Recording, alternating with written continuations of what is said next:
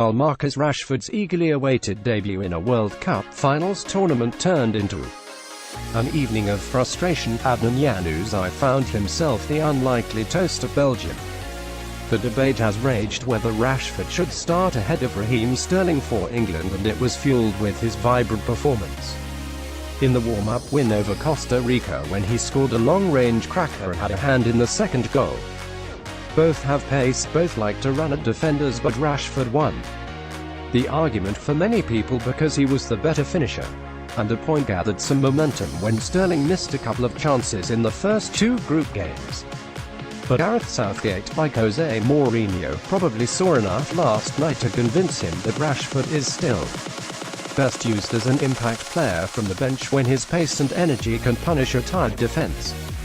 It was with some irony then that after all the talk about his more clinical finishing, the youngster missed two second-half chances, both set up by strike partner Jamie Vardy, that he would normally put away with some ease in United's shirt.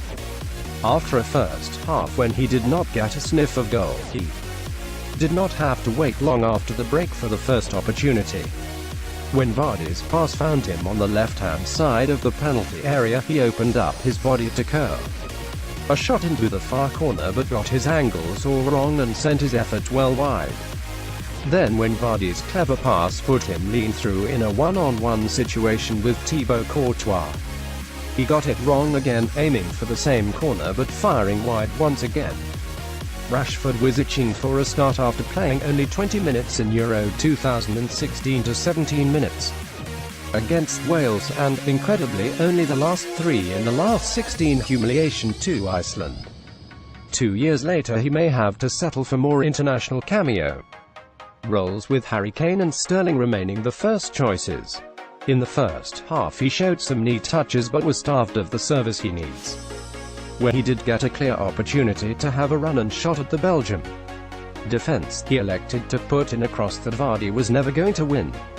Januzaj showed him how to do it with a superbly taken 51st-minute goal, cutting inside Danny Rose before smashing a left-foot shot past Jordan Pickford to remind the world of the talents that had United so excited about his potential 5 years ago. The world looked to be at Januzaj's feet when he burst into first team in David Moyes' ill-fated season in charge. 2 goals at Sunderland, one a superb volley, helped convince Moyes and the board they had a jewel on their hands and persuaded them to give him a lucrative 5-year deal to fend off the Vultures' form around Europe. But he fell out with Louis van Gaal, who did not like his attitude. He had unsuccessful loan spells with Borussia Dortmund and then Sunderland, and ended up being sold by Mourinho to Real Sociedad for £10 million.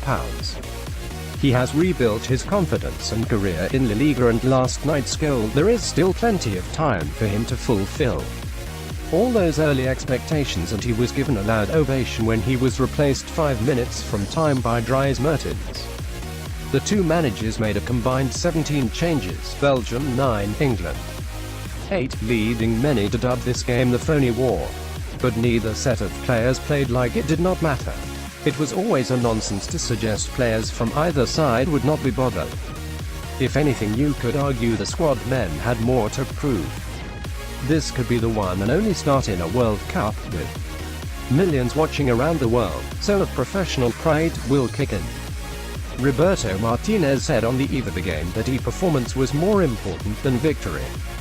In the end he got both and ensured that England get the harder last 16 tie with Colombia in Moscow, but possibly the easier quarterfinal against Sweden or Switzerland. Southgate will not be consoled by that. He will be frustrated that England's momentum has been halted for now, with the first defeat in a competitive game under his command. In the big picture though, it may do England no harm at all.